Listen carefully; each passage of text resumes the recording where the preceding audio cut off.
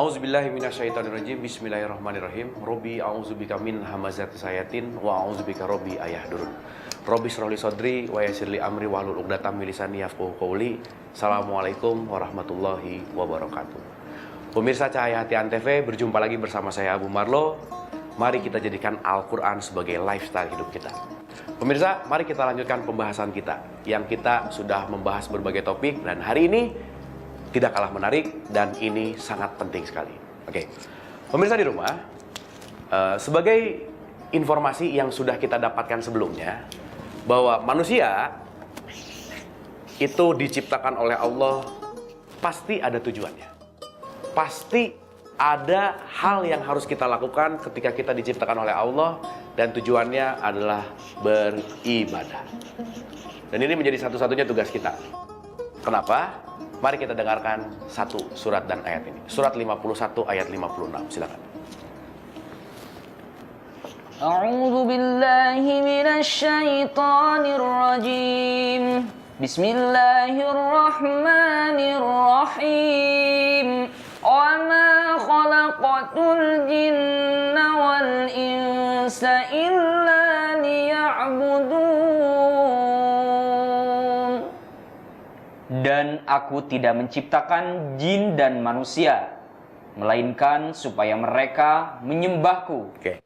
Dan aku tidak ciptakan jin dan manusia, melainkan supaya menyembahku, beribadah dan mengabdi kepada Allah. Nah, sehingga di dalam perjalanan ibadah di dalam hidup kita ini, kita hidup pasti akan mati. Mati, saya yakin semua ingin dalam keadaan husnul khotimah, mati dalam keadaan baik. Oleh karena itu tidak bisa tidak, di antara hidup dan mati yang harus kita lakukan hanyalah mengabdi dan menyembah kepada Allah. Oleh karena itu, ketika pengabdian ini butuh yang namanya pedoman.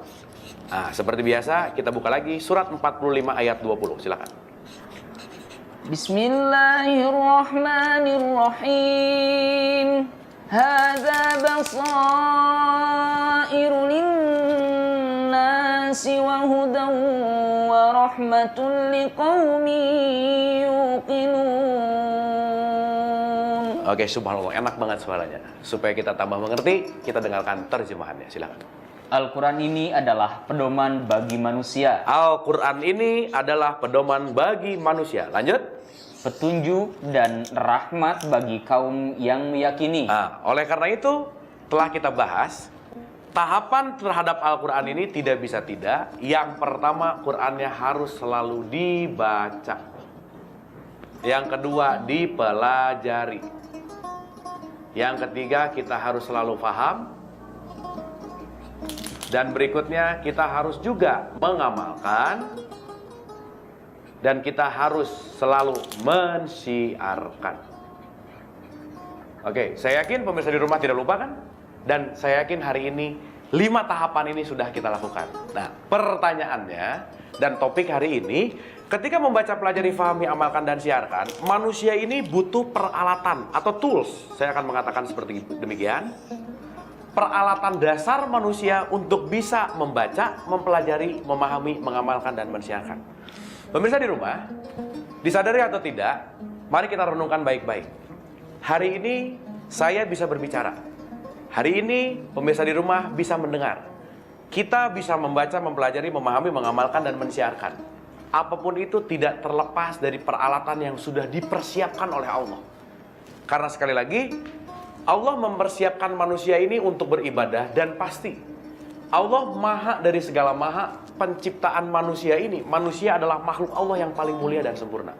Oleh karena itu, pasti manusia ini dibekali dengan peralatan yang super canggih. Pertanyaan besarnya, pemirsa, apa peralatan yang super canggih itu? Mari kita dengarkan baik-baik. Surat 16 ayat 78, silakan. A'udzu billahi minasyaitonir rajim. Bismillahirrahmanirrahim. Wallahu akhrajakum min butuni ummahatikum la ta'lamuna syai'an wa ja'ala lakumus sam'a wal absara والأفئدة لعلكم تشكرون. Subhanallah, enak banget. Pemirsa, di ayat ini sangat dijelaskan bahwasannya ini adalah awal dari kehidupan kita. Tidak ada satupun manusia terlahir dalam bentuk yang dia langsung pintar, tidak ada. Tidak ada satu manusia yang diciptakan dia langsung jenius.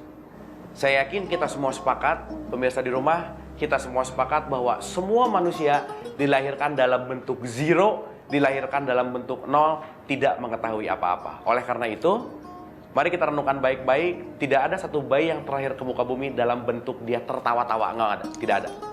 Semua bayi yang terlahir di muka bumi ini semuanya dalam bentuk menangis. Kenapa seperti itu? Kita akan lanjutkan pembahasan kita setelah yang satu ini.